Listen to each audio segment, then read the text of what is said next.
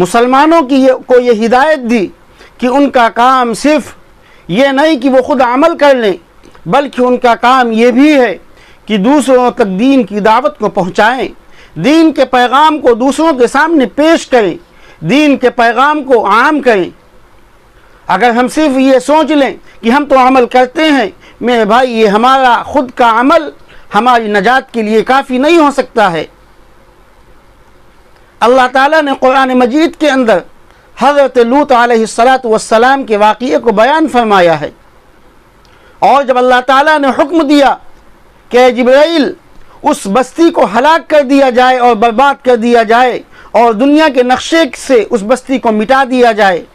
تو حضرت جبرائیل علیہ السلام نے عرض کیا کہ اے مالک، اس بستی کے اندر ایک ایسا شخص بھی ہے کہ جس نے پل جھپکتے آپ کی نافرمانی نہیں کی ہے، ایک لمحہ بھی آپ کی اس نے نافرمانی نہیں کی ہے۔ تو اللہ کی طرف سے حکم آیا کہ اس بندے نے صرف اپنی فکر کی ہے، اللہ کے دوسرے بندوں کی فکر نہیں کی ہے، لہذا عذاب کو جو شروع کیا جائے وہ اسی کی جگہ سے شروع کیا جائے۔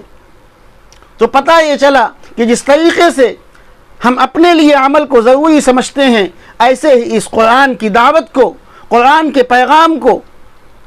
دینی بات کو ہم دوسروں تک منتقل کریں۔ وَتَوَاصَوْا بِالْحَقِّ وَتَوَاصَوْا بِالصَّبْرِ۔